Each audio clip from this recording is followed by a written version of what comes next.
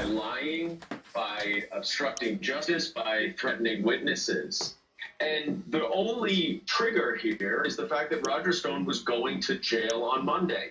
And if there was any question as to what was on the mind of Roger Stone or what was on the mind of President Trump, Stone cleared it up today when he said that he could have flipped on Trump and it would have eased his situation. Those are his words, according to Howard Feynman.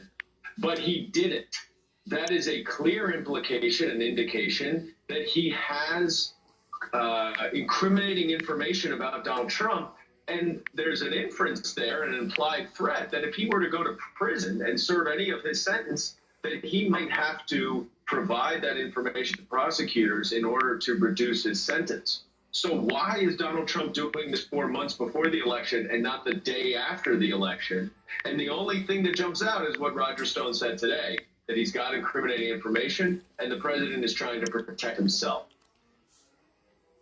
Andrew Weissmann, the former Mueller deputy, is among those on social media in your circle tonight saying, put Roger Stone in front of a grand jury. So let me ask you, is there any rule against that? What would that do? And despite his commutation in this case, could Roger Stone be in further legal jeopardy depending on his performance in front of a grand jury?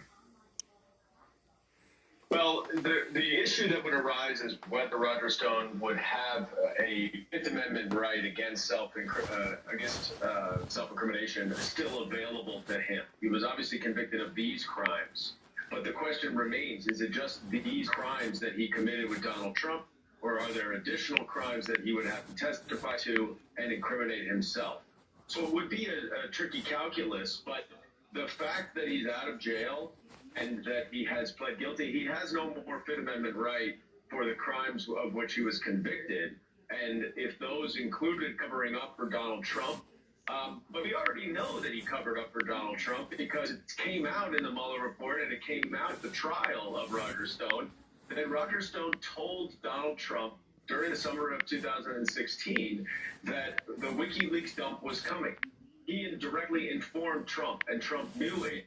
That is also politically potentially damaging to the president, and perhaps why Donald Trump so much wanted Roger Stone to lie to Congress and to cover up his crimes, and perhaps he's just simply rewarding him.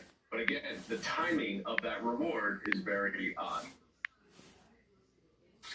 The Attorney General has said he's not a Roger Stone fan. He called the prosecution in this case righteous, called the sentence correct.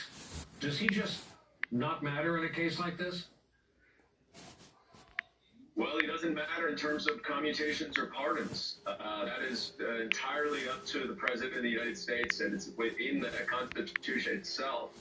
But it has got to be very difficult. I mean, if Bill Barr is saying that, who's gone to such great lengths to completely undo the special counsel's investigation, of which the Stone prosecution was a part, and he's even saying that the Roger Stone prosecution was a righteous prosecution to some extent. There are thousands of federal prosecutors across this country who have to be fuming that this kind of miscarriage of justice, that the president is using the awesome power of his office to benefit his own allies, his own cronies, and himself to some extent, is completely undermines our rule of law.